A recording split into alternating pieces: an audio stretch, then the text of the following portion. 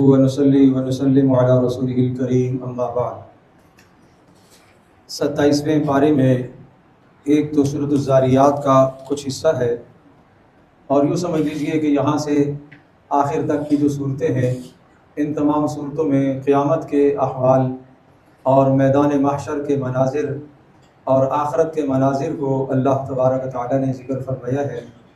سورۃ الذاریات، اس میں اللہ پاک نے قسمیں کھا کر یہ ارشاد فرمایا، انما توعدون لواقع، انما توعدون لصادق، جس چیز کا، جس عذاب کا تم سے وعدہ کیا گیا ہے وہ سچ ہے، برحق ہے۔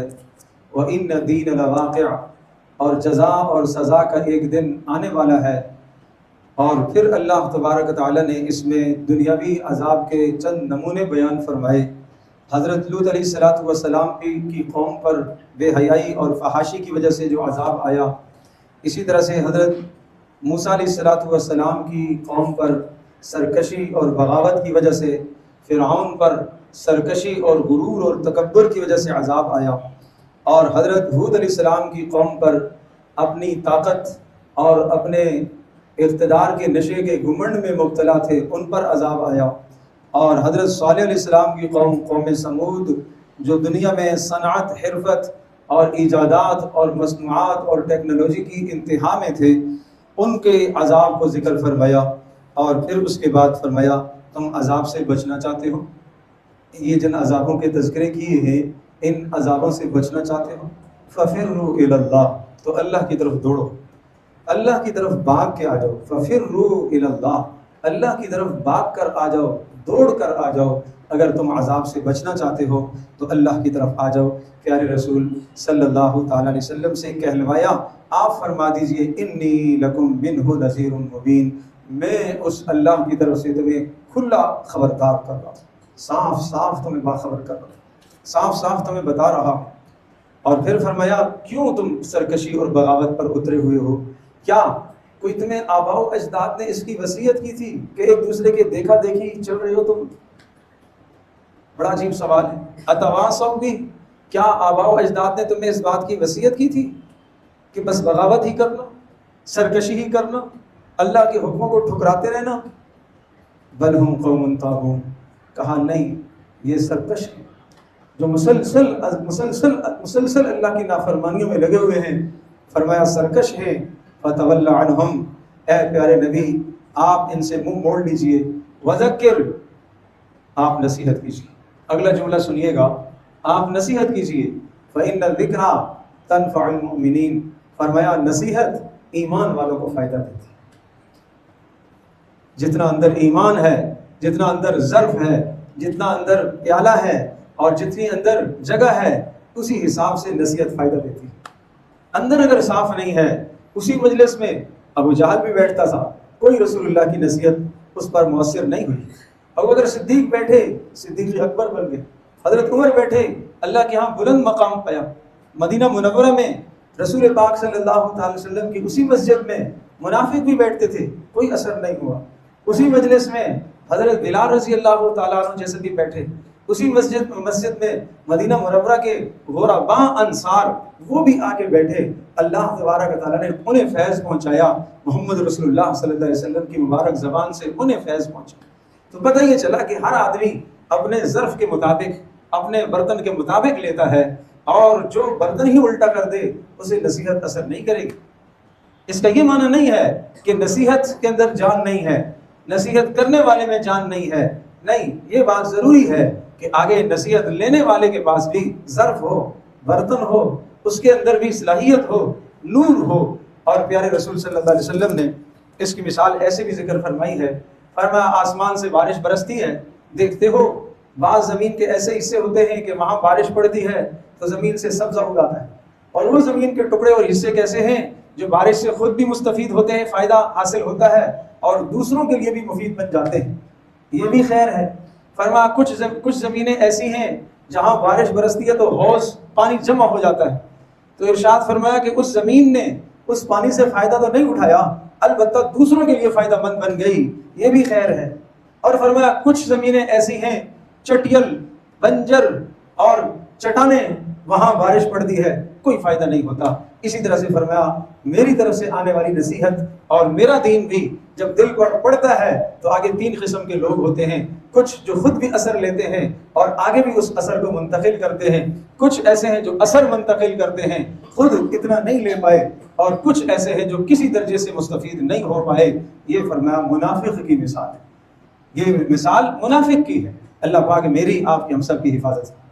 آگے سورہ طور ہے، سورہ طور کے اندر اس میں بھی اللہ پاک نے قسمیں کھائی ہیں، اور بڑی عجیب بات ہے، یہ سورہ مبارکہ اتنی خوفناک عذاب کی کیفیت کو بیان کر رہی ہے کہ حضرت عمر رضی اللہ تعالیٰ عنہ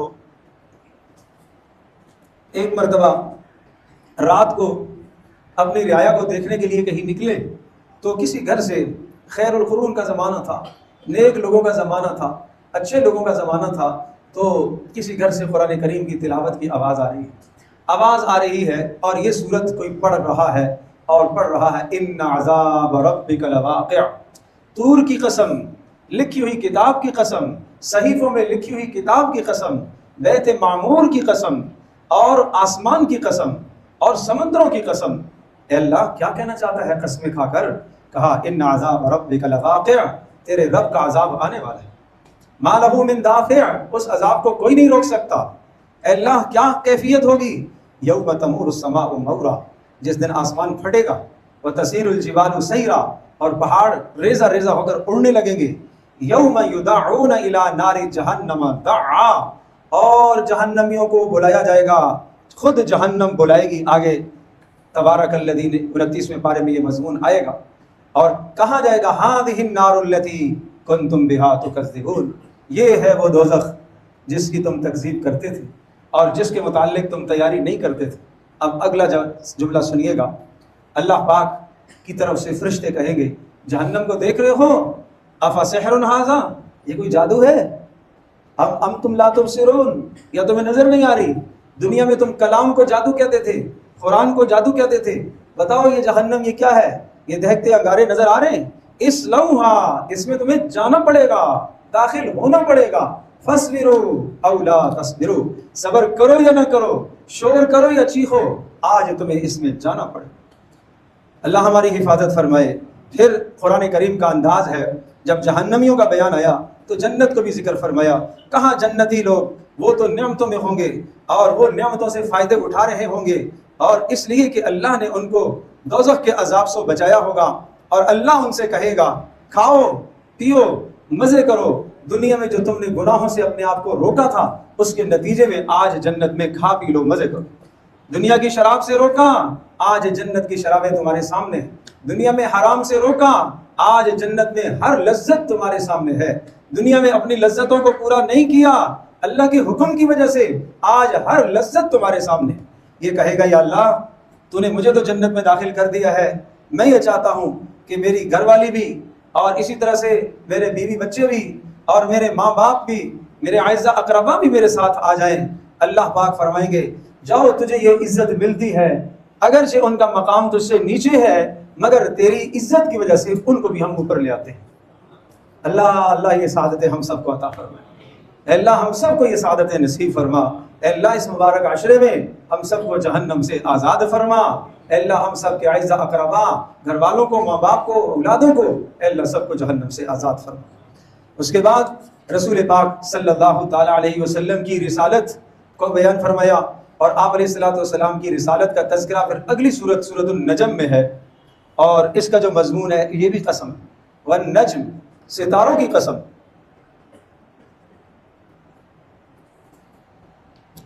اے اللہ ستاروں کی قسم، ستاروں سے آدمی راستے پتہ کرتا ہے راتوں کو۔ آج کل تو جدید زمانہ آ گیا ہے اور جدید ٹیکنالوجی ہے، مگر یہ ٹیکنالوجی بھی اللہ تبارک تعالیٰ کی اسی قدرت سے بنی ہوئی ہے۔ ستاروں ہی سے اندازے کیے گئے ہیں، مشرق کی سمت، مغرب کی سمت، شمال جنوب کی سمتیں متعین ہوئیں، اور ان سے آدمی ستاروں کو دیکھ کر راستے جانتا ہے۔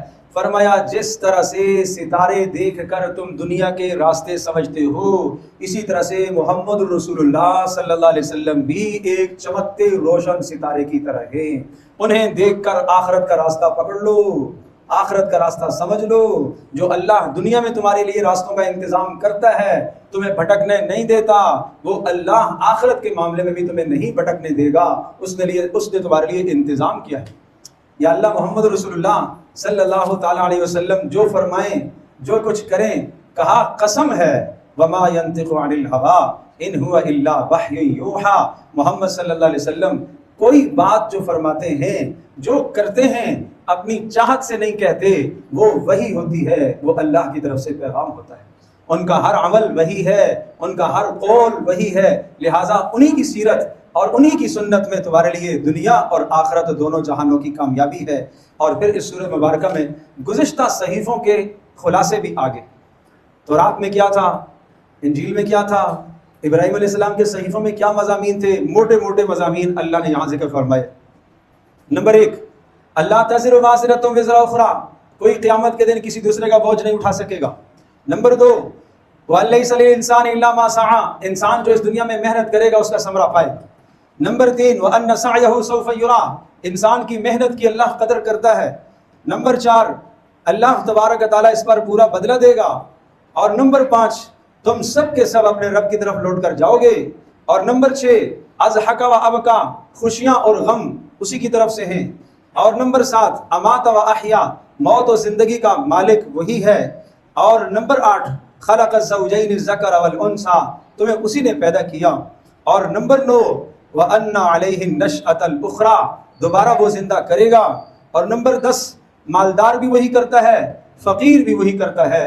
اور نمبر 11، وہ سارے ستاروں کا مالک بھی وہی ہے.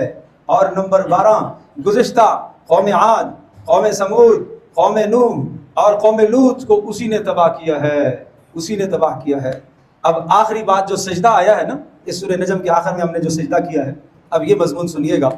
بتاؤ اتنے سارے مضامین کے آنے کے بعد افمن ھذا الحدیث تعجبون، اتنا قرآن سننے کے بعد پھر بھی تم تعجب کرتے ہو.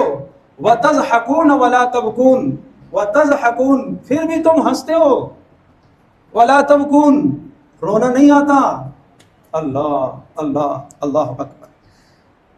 اللہ تبارک و تعالی ہمیں اس قرآن کی اور قرآن کریم سے ہمیں نصیحت حاصل کرنے کی توفیق عطا. ارے تم غفلت میں کیوں پڑے ہوئے ہو، کیوں پڑے ہوئے ہو؟ جھک جاؤ، جھک جاؤ اس اللہ کے سامنے، سجدے میں آ جاؤ. وَاعْبُدُوا، آؤ اسی کی بندگی کرو، اسی کی بندگی کرو، اسی کی بندگی کرو. اگلی صورت اقتربت الساعہ، آئی قیامت، قریب آ گئی قیامت. قیامت کی نشانیاں پوری ہو گئی. کبیر بڑی نشانیاں وہ بھی پوری ہونے والی ہیں، درمیانی نشانیاں، چھوٹی نشانیاں سب پوری ہو گئی، بڑی نشانیاں رہ گئی. رسول اللہ صلی اللہ علیہ وسلم کے پاس جبریل آئے، پوچھا اے اللہ کے رسول قیامت کب قائم ہوگی؟ فرمایا مل مسئول عنہا بعالم من السائل، اس میں میں اور آپ برابر ہیں، مجھے بھی نہیں پتا کب ہوگی، آپ کو بھی نہیں پتا کب ہوگی. اچھا اللہ کے رسول عن اماراتہا او کما قال، اچھا کچھ نشانیاں تو بتا دیں قیامت کی نشانیاں. ان تلد الامۃ ربتہا، آپ نے فرمایا اولادیں ماں باپ کے ساتھ، اولادیں ماں باپ کے ساتھ ایسا سلوک کریں گی جس طرح سے آدمی اپنے نوکروں اور ملازموں کے ساتھ کرتا ہے.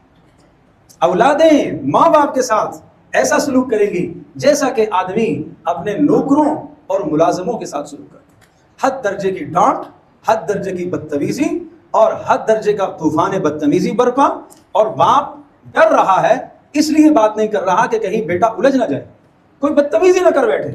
مجمع میں کہیں باپ کہنے سے رہ جاتا ہے، کہیں ایسا نہ ہو کہ میری بے عزتی ہو جائے. بتاؤ آج یہ نشانی کیا یہ پوری نہیں ہے؟ کیا آج اولادیں فرمانبردار ہیں؟ اور فرمایا وَأَن تَرَى الْحُفَاةَ الْعُرَاةَ الْعَالَةَ رِعَاءَ الشَّاءِ يَتَطَاوَلُونَ فِي الْبُنْيَانِ، اور آپ دیکھیں گے اے جبریل یہ زمانہ آئے گا، پیروں سے ننگے، جسم سے ننگے غریب لوگ، بکریوں کے چرواہے دنیا میں بڑی بڑی بلڈنگیں کھڑی کریں گے اور ان پر فخر کریں گے، میری بلڈنگ، میری کوٹھی، میرا ٹاور، میرا یہ، میرا یہ. میرے عزیزو، میں تو کبھی کبھی یہ دیکھتا ہوں، یہ منظر، یہ اعتکاف کا منظر ہوتا ہے 10 دن، یہ خیمے لگے ہوئے ہوتے ہیں. 10 دن کے بعد ہر آدمی کو پتہ ہے ان خیموں نے ٹوٹنا ہے. تو کیا کرتے ہیں، تھوڑی سی چادریں کر کے اپنی سونے کی جگہ آدھی بنا لیتا ہے. جہاں 1 مہینہ رہنا ہوتا ہے ذرا مضبوط ٹینٹ لگا لیتا ہے، جہاں 4 مہینے رہنا ہوتا ہے اور ذرا پکا کر لیتا ہے. ارے جہاں 60 سال رہنا ہے تھوڑا سا اور پکا کر لو، بالآخر اسے ٹوٹنا ہے، بالآخر اسے ٹوٹنا ہے. شادی حالوں میں دیکھتے ہو کتنا شاندار شامیانہ لگا ہوا ہے، کتنا بہترین لگا ہوا ہے، ایسا لگتا ہے پتہ نہیں یہ تو کتنے سالوں کے لیے ہے، لیکن آپ جانتے ہیں 3 گھنٹے کی مار ہے ساری، 4 گھنٹے کی ساری مار ہے، اس کے بعد اسے ٹوٹنا ہے. اس دنیا نے بھی اسی طرح سے ٹوٹنا ہے، اس دنیا نے بھی فنا ہونا ہے، اس دنیا نے بھی تباہ ہونا ہے، اس نے بھی جانا ہے. میری جوانی بھی ڈل جائے گی، بڑھاپا بھی ڈل جائے گا، اور ایک دن قبر میں جانا پڑے گا. اس سے کوئی فرار نہیں ہے، کوئی فرار نہیں ہے. اللہ اکبر. صحابہ کا مزاج قبروں کو دیکھ کر کہنے لگے مجھے ایسا لگ رہا ہے یہاں آواز آ رہی ہے.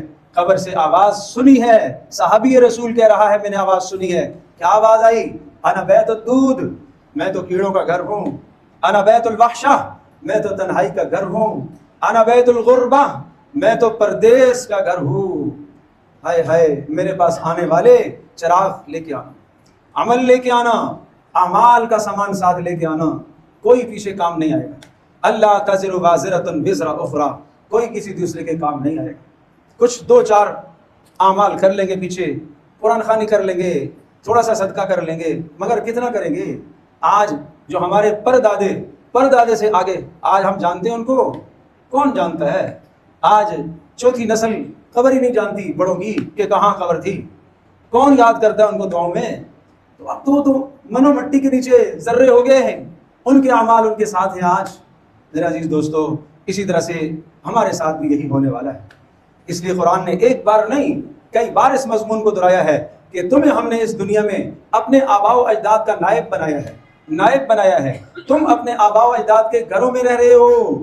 ایک زمانہ اس جگہ پر آج سے 100 سال پہلے نہ جانے کون تھا، 200 سال پہلے نہ جانے یہاں کون تھا.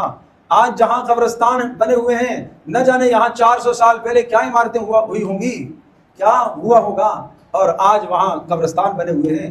یہ اللہ کا نظام ہے، یہ اللہ کا نظام ہے. ایک دیوار ہے، اس دیوار پر 2 آدمی لڑ رہے، ایک کہہ رہا ہے میری، دوسرا کہہ رہا ہے میری میری میری.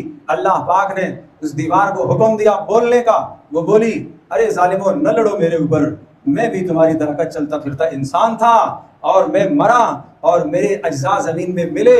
وہاں سے زمین مٹی اٹھائی گئی، گارا بنایا گیا، اینٹیں بنائی گئیں اور پکایا گیا. ایک بار تو آخرت میں پتہ نہیں کیا ہوگا، دنیا میں بھٹی میں مجھے پکایا گیا اینٹیں بن کر، یہاں آج میں کھڑا ہوا ہوں، یہ کھڑا ہوا ہوں، اس پر تم لڑ رہے ہو. اللہ تبارک و تعالی ہمیں سمجھ عطا فرمائے. تو سورۃ القمر جو ہے اللہ تبارک و تعالیٰ کے دنیاوی عذاب کے نمونوں کو اس میں بھی بیان کیا گیا، اور ہر عذاب کے نمونے کے بعد ایک جملہ آ رہا وَلَقَدْ يَسَّرْنَا الْقُرْآنَ لِلذِّكْرِ فَهَلْ مِن مُدَّكِرٍ. ہم نے قرآن کو سمجھنے کے لیے آسان کیا. کوئی ہے؟ ارے کوئی سمجھنے والا ہے، کوئی سیکھنے والا ہے، کوئی نصیحت حاصل کرنے والا؟ اللہ پوچھ رہا ہے فَهَلْ مِن مُدَّكِرٍ، کوئی ہے نصیحت حاصل کرنے والا؟ کہو اے اللہ آج کے بعد سے میں نصیحت حاصل کروں گا. بولو اے اللہ آج کے بعد میں نصیحت حاصل کروں گا انشاءاللہ. اے اللہ میں اپنی زندگی بدلنا چاہتا ہوں، اے اللہ تو میری زندگی بدل دے، اے اللہ میں بدلنا چاہتا ہوں تو مجھے بدل دے. آدمی ہمت تو کرے، اللہ کے سامنے روئے تو صحیح. رات کو آسمانوں سے آوازیں آتی ہیں حل من سائل، ارے کوئی ہے سائل، کوئی سوالی ہے. سورہ ذاریات میں یہ مضمون ذکر فرمایا، بڑا عجیب. صحابہ کے بارے میں ارشاد فرمایا، جانتے ہو کانو قلیلا من اللیل ما یہجعون. عجیب لفظ ہے، عجیب لفظ ہے.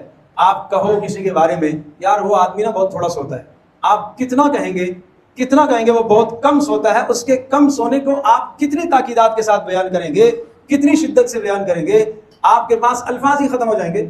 یہاں قرآن کہتا ہے کانو کمی پر دلالت کرتا ہے، کمی بتاتا ہے. قلیل کمی بتاتا ہے، قلیل کے اوپر 2 زبریں یہ بھی کمی پر دلالت کرتی ہیں. من کمی بتاتا ہے اور ما کمی بتاتا ہے. یہجعون ہجع کچی نیند کو کہتے ہیں. کہا وہ راتوں کو بہت تھوڑا وہ بھی کچی نیند سوتے تھے. یا اللہ پھر کیا کرتے تھے صبح؟ وبالاسحار هم یستغفرون، صبح استغفار کرتے تھے، کہتے تھے یا اللہ حق نہیں ادا ہوا رات کا، اے اللہ رات کا حق نہیں ادا ہوا. اے اللہ جو میں نے تیری بندگی کی ہے، قیام کیا ہے 1 گھنٹہ 1.5 گھنٹہ 2 گھنٹے، اے میرے پیارے اللہ تیری نعمتوں کے مقابلے میں تو یہ کچھ نہیں ہے، تیری نعمتوں کے مقابلے میں تو یہ کچھ نہیں ہے، تو نے اتنا دیا، اتنا کھلایا، اتنا پلایا، مگر یہ کچھ نہیں ہے اس کے مقابلے میں۔ یہ صحابہ کا مزاج تھا کہ صبح کو استغفار کیا کرتے تھے۔ اللہ ہمیں بھی استغفار کی توفیق عطا فرمائے۔ یہ ابوبکر صدیق کی بات ہو رہی ہے، یہ عمر فاروق کی بات ہو رہی ہے، یہ عثمان غنی اور یہ المرتضیٰ رضی اللہ عنہم اجمعین کی بات ہو رہی ہے، جنہوں نے 1 مرتبہ نہیں 10 مرتبہ پیغمبر صلی اللہ علیہ وسلم کی زبان سے جنت کی خوشخبریاں سن لی، اس کے باوجود بھی استغفار کر رہے ہیں، اللہ معاف کرنا، اللہ معاف کرنا، حق نہیں ادا ہو۔ تو جو جتنا اللہ کو پہچانتا ہے وہ اتنا اللہ سے ڈرتا ہے، اور جو نہیں ڈرتا اس کا مطلب یہ ہے وہ اللہ کو پہچانتا نہیں، وہ اللہ کو سمجھتا نہیں ہے، اور وہ نہیں سمجھ سکا۔ اللہ ہمیں سمجھنے کی توفیق عطا فرمائے۔ اس کے بعد سورہ رحمان ہے، یہ سورہ مبارکہ قرآن کریم کی زینت، اس کو کہا جاتا ہے زینت القرآن، عروس القرآن، قرآن کریم کی خوبصورت ایک صورت، خوبصورت ہر اعتبار سے، معنی کے اعتبار سے، لفظوں کے اعتبار سے، فصاحت، بلاغت انتہا کو پہنچی ہوئی ہے، اور عجیب کلام 31 مرتبہ یہ جملہ دہرایا، فَبِأَيِّ آلَاءِ رَبِّكُمَا تُكَذِّبَانِ، جس کا ظاہری ترجمہ تو یہ ہے کہ تم اپنے پروردگار کی کس نعمت کا انکار کرو گے، بتاؤ تو صحیح۔ اللہ اکبر، مگر عجیب بات، یہ 31 مرتبہ ہے اور ہر مرتبہ اس کا نیا معنی ہے۔ اردو میں تو ہم یہی ترجمہ کریں گے، ہر جگہ پر اس کا نیا مقصد ہے، 31 مقاصد ہیں۔ فَبِأَيِّ آلَاءِ رَبِّكُمَا تُكَذِّبَانِ، اس آیت 31 مرتبہ 31 مقاصد ہیں اس کے، یہ ہے اعجاز اس کا۔ چنانچہ شروع میں ایک رکوع میں، آئیو سمجھے کہ آخر سے میں بتاتا ہوں، جو تیسرا رکوع ہے اس میں اللہ پاک نے جنت کے تذکرے فرمائے ہیں، 2 جنتیں، ایک اعلیٰ قسم کی جنت، ایک درمیانی قسم کی جنت۔ اعلیٰ قسم کی جنت کے بھی 8 دروازے اور درمیانی قسم کی جنت کے بھی 8 دروازے، تو لہٰذا 8 مرتبہ وہاں دہرایا، ایک جنت کو بیان فرمایا، 8 مرتبہ وہاں یہ لفظ دہرایا، فَبِأَيِّ آلَاءِ رَبِّكُمَا تُكَذِّبَانِ۔ دوسری جنت کو بیان فرمایا، 8 مرتبہ اس جملے کو دہرایا، فَبِأَيِّ آلَاءِ رَبِّكُمَا تُكَذِّبَانِ۔ اس سے پچھلے رکوع میں جہنم کو بیان فرمایا، 7 مرتبہ وہاں اللہ تبارک و تعالیٰ نے 7 دروازے ہیں جہنم کے، 7 مرتبہ فَبِأَيِّ آلَاءِ رَبِّكُمَا تُكَذِّبَانِ کو دہرایا۔ اس سے پہلے دنیا کی نعمتیں 8 اللہ نے بیان فرمائی ہیں، 8 مرتبہ فَبِأَيِّ آلَاءِ رَبِّكُمَا تُكَذِّبَانِ کو دہرایا۔ اس طرح سے 31 مرتبہ یہ جملہ یہاں دہرایا گیا۔ ہائے ہائے، کاش اب اگلا جملہ سنیے گا، آپ نے فَبِأَيِّ آلَاءِ رَبِّكُمَا تُكَذِّبَانِ سن لی، پڑھی بھی ہوگی، تلاوت بھی کر لی ہے۔ رسول اللہ صلی اللہ علیہ وسلم نے ایک مرتبہ اپنے صحابہ سے کہا، یہ صورت میں نے جنوں کو بھی سنائی، فَبِأَيِّ آلَاءِ رَبِّكُمَا، تم دونوں بتاؤ، تم دونوں اپنے پروردگار کی کس نعمت کا انکار کرو۔ اس میں انسان اور جن دونوں کو خطاب ہے، یہ وہ واحد صورت ہے جس میں انسانوں اور جنات کو دونوں کو ساتھ لیا گیا۔ فَبِأَيِّ یا معشر الجن والانس، اے انسانوں اور جنات، ان استطعتم ان تنفذوا، اللہ کی قدرت سے باہر نکلنا چاہتے ہو، جاؤ بھاگو۔ کہاں جاؤ گے؟ کہاں جاؤ گے؟ آسمانوں سے نہیں نکل سکتے، زمین سے نہیں نکل سکتے، انسان تو بہت بے بس ہے، جنات کو کچھ طاقت قدرت دی ہے آسمانوں کے قریب جانے کی، وہ جیسے وہاں پہنچتے ہیں ایک ستارہ پیچھے پڑتا ہے اور جلا کر راکھ کر دیتا ہے اسے۔ کہاں جاؤ گے؟ فرمایا اللہ کے عذاب سے تم نہیں بچ سکتے، نہیں بچ سکتے۔ تو رسول اللہ صلی اللہ علیہ وسلم نے فرمایا میں نے جنات کو سنائی ہے، مگر جنات نے سن کر تم سے اچھا جواب دیا، تم سے اچھا جواب دیا۔ کیا جواب دیا انہوں نے؟ کہا جب میں یہ جملہ پڑھتا تھا فَبِأَيِّ آلَاءِ رَبِّكُمَا تُكَذِّبَانِ، تو جنات جواب میں کہتے تھے اے ہمارے پروردگار، ہم تیری کسی نعمت کو نہیں جھٹلا رہے، ہم تیری کسی نعمت کو نہیں جھٹلا رہے، ہم ہر نعمت کا شکر ادا کر رہے ہیں۔ تو بھائی آپ بھی پڑھتے ہوئے یہ بول دیا کرو، اے میرے اللہ، اے میرے پروردگار، میں تیری کسی نعمت کا نہیں انکار کر رہا۔ اللہ اکبر، یہ ہے قرآن، یہ ہے زندگی بدلنے کا ذریعہ۔ کاش کہ ہم اسے سمجھ جائیں، اس کلام کو سمجھیں، اس کے لیے وقت نکالیں۔ سورۃ الواقعہ، اذا وقعت الواقعہ، وہ جب ہو پڑنے والی ہو پڑے گی، اور جس کے واقع ہونے میں کوئی جھوٹ نہیں ہے، اور بہت ساروں کو ذلیل کرے گی، بہت ساروں کو بلند کرے گی۔ کہا تم 3 جماعتوں میں بٹ جاؤ گے، ایک مقربون، جو بہت اللہ کے قریب ہوں گے. ایک اصحاب الیمین جن کے سیدھے ہاتھ میں نامہ ملے گا، نام عمل. ایک اصحاب الشمال الٹے ہاتھ میں جن کو نام عمل ملے گا. کہا وَأَمَّا إِن كَانَ مِنَ الْمُقَرَّبِينَ، وہ جو اللہ کے مقرب ہوں گے انہیں مت پوچھو کیا کچھ اللہ دے گا. وَأَمَّا إِن كَانَ مِنْ أَصْحَابِ الْيَمِينَ، وہ اے پیارے جو دائیں ہاتھ میں جن کو نام عمل ملے گا، فَسَلَامٌ لَكَ مِنْ أَصْحَابِ الْيَمِينَ، آپ خوش ہو جائیں کہ وہ بھی پاس ہیں. مگر وَأَمَّا إِن كَانَ مِنَ الْمُكَذِّبِينَ الضَّالِّينَ، اور جن کا نام عمل الٹے ہاتھ میں ملے گا، یہ جھٹلانے والے ہوں گے، یہ گمراہ ہوں گے. فَنُزُلٌ مِّنْ حَمِيمٍ، ان کی مہمان نوازی ہوگی. ہائے ہائے، مہمان نوازی کس سے؟ حمیم، کھولتے ہوئے پانی سے. وَتَصْلِيَةُ جَحِيمٍ، جہنم میں جلنا پڑے گا. إِنَّ هَذَا لَهُوَ حَقُّ الْيَقِينِ، یہ برحق بات ہے. فَسَبِّحْ بِاسْمِ رَبِّكَ الْعَظِيمِ، اس اللہ وحدہ لا شریک کی تسبیح بیان کرو. فَسَبِّحْ بِاسْمِ رَبِّكَ الْعَظِيمِ، آگے اس لیے فرمایا اس سورت کا آخری لفظ ہے، اور اگلی سورت الحدید اس کا پہلا لفظ ہے. کیا لفظ ہے؟ سبح للہ ما فی السماوات والارض. ارے اس کی تسبیح کیوں کرنے کا ہم آپ کو کہہ رہے ہیں؟ اس لیے کہ آسمانوں میں جو کچھ ہے سب اسی کی تسبیح میں لگے ہوئے ہیں. ارے زمین میں جو کچھ ہے سب اسی کی تسبیح میں لگے ہوئے ہیں. وَإِن مِّن شَيْءٍ إِلَّا يُسَبِّحُ بِحَمْدِهِ وَلَٰكِن لَّا تَفْقَهُونَ تَسْبِيحَهُمْ، ہر شے اللہ کی تسبیح میں لگی ہوئی ہے مگر تمہارے کانوں پر اللہ نے پردے ڈالے ہوئے ہیں، تم وہ تسبیحیں نہیں سن سکتے. اگر ایک دن پردہ اللہ ہٹا دے کائنات میں وہ شور ہوگا ہے کہ تمہارے کان پھٹ دیں. ہر شے اللہ کی تسبیح میں مصروف. نہیں دیکھتے ہو صبح سویرے سویرے پرندے چہچاتے ہیں درختوں پر، سویرے اٹھ جاتے ہیں، یہ کیا کر رہے ہیں؟ یہ اللہ کی تسبیح کر رہے ہیں. مگر انسان غافل سویا ہوا ہے. کہا خبردار مرغ تجھ سے زیادہ اکیس نہ بنے. اکیس سمجھدار، مرغ تجھ سے سمجھدار نہ بنے، تجھے اس سے زیادہ سمجھدار ہونا چاہیے. وہ سویرے اٹھتا ہے، اللہ کی تسبیح کرتا ہے، اذان دیتا ہے، تو غفلت میں پڑا رہتا ہے. خبردار خبردار، خیال کرنا. وہ تمہیں جگاتا ہے.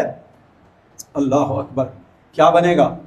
ایک شخص آئے، اے اللہ کے رسول کہ میرا اونٹ ہے اور یہ رات کو بڑبڑاتا ہے اور مجھے سونے نہیں دیتا، میں تھکا ہوا ہوتا ہوں، دن کی مزدوری اور دن کی جناب معیشت میں لگا رہتا ہوں، جسم تھک جاتا ہے رات کو، اور یہ بڑبڑاتا ہے، میری نیند میں خلل واقع ہوتا ہے.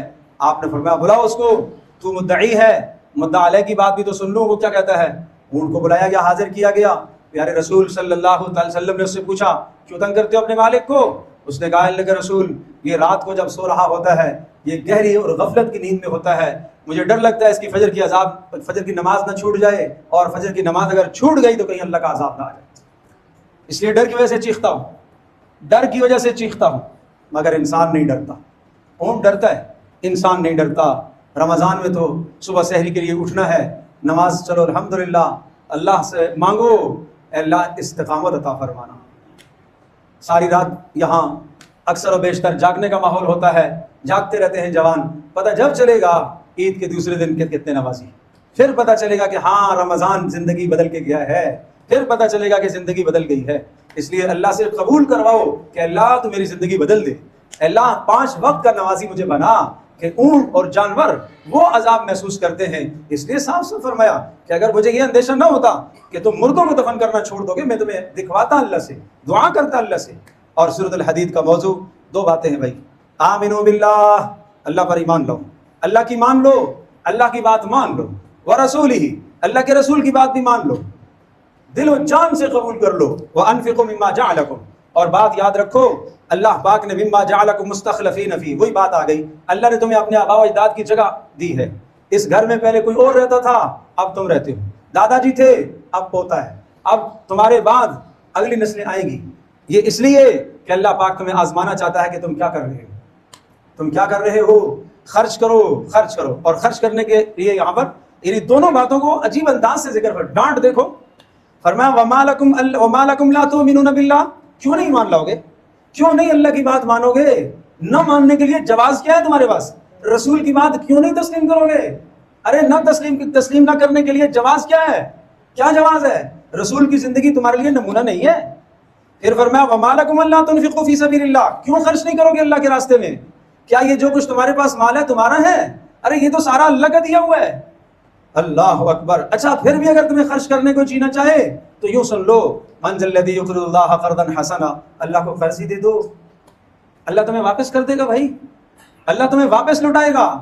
اور پھر ایک منظر ذکر فرمایا، کہا وہ وقت آئے گا کہ جس دن منافق مرد اور عورتیں، نافرمان مرد اور عورتیں ایمان والوں سے کہیں گے انظرونا نقتبس من نورکم. یہ میدان محشر کا منظر ہے، اندھیرا چھا جائے گا اور جنت والے اپنے ایمان کی روشنی میں جنت کی طرف جا رہے ہوں گے، نافرمان وہیں کھڑا ہو جائے گا، گوپ اندھیرا ہے. یہ کہے گا ارے فلاں رک جاؤ، میں بھی آپ سے تھوڑا سا چراغ لے لیتا ہوں، مجھے بھی کچھ دے دو، چراغ روشنی دے دو تاکہ میں بھی چل سکوں. وہ کہے گا ارجعوا وراءکم فالتمسوا نورا، جاؤ یہ چراغ تو دنیا میں ملتا تھا، وہاں سے تو نے لیا نہیں، وہاں سے تو نے سامان لیا نہیں ہے، اس کا ایندھن اور تیل تو اعمال تھے، وہ تو دنیا میں تھے. آخری بات سن لو اور اس کو اپنے دل میں اتار دو.